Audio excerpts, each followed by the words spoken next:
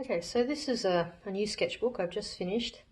It's only a short one, but it's based on photographs that my Oma and Opa, my grandparents who have now passed, it's based on some of their travel photos. Recently, as a family, we had to go through all of their photos. This is Oma and Opa, and Opa was a prolific photographer over his years, so there were many thousands of photos that we had to sort through. So I snavelled some of the travel photos, and I've been making this little sketchbook, little paintings in gouache of Oma and Opa's travels in their combi.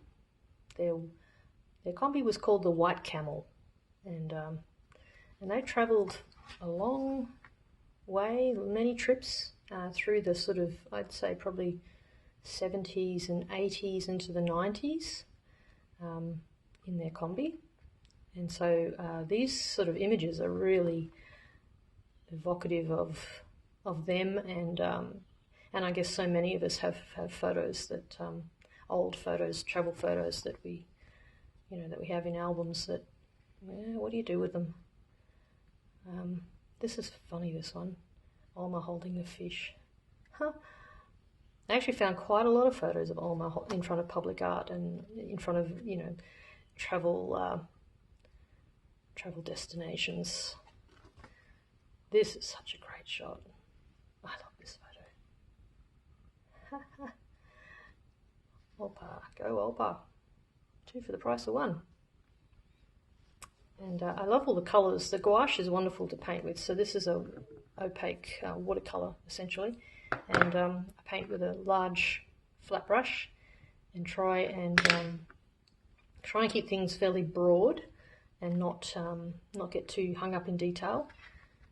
So masked off the edges, and just enjoy the lovely imagery, the texture of these. There's a certain colour, I think, about these old, sort of that Kodachrome colour photos from the 70s and 80s. I think this might be the Gold Coast somewhere. A certain time and place. So all of these ones are their travels around Australia and New Zealand, I think, pretty sure. Well, that's Adelaide, isn't it? Rundle Mall. Oma with public art. There's definitely a series in that. Or maybe I can find enough photos of Opa running up mountains.